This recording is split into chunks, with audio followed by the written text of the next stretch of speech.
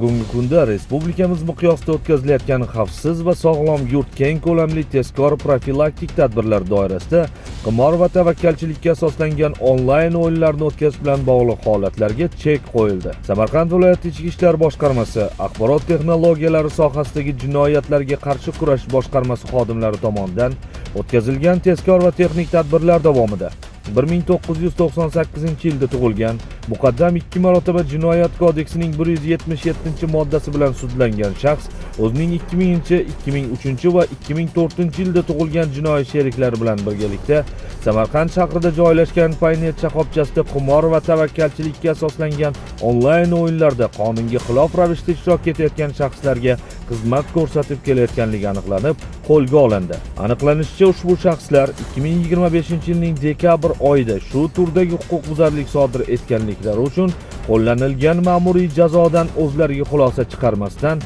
yashirin ravishda ushbu qilmishlarni davom ettirib kelgan. Tezkor tadbirlar davomida qo'lga olingan mazkur shaxslardan 43.500.000 so'm va 4.300 AQSh dollari miqdoridagi pul mablag'lari, telefon apparatlari, bir dona notebook, plastik kartalar va kassa apparati daliliy ashyo sifatida hujjatlashtirib olindi.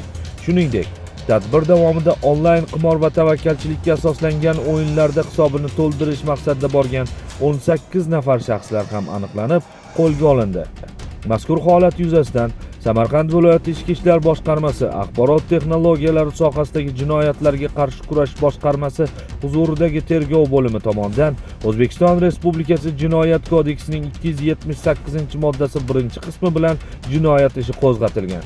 Eslatib o'tamiz, qimor va tavakkalchilikka asoslangan boshqa o'yinlarni qonunga xilof ravishda tashkil etish yoki o'tkazish, shu jumladan ana shunday o'yinlar uchun qimorxonalar tashkil etish yoki ularni saqlash 7 yildan 10 yilgacha ozodlikdan mahrum qilish bilan jazolanadi.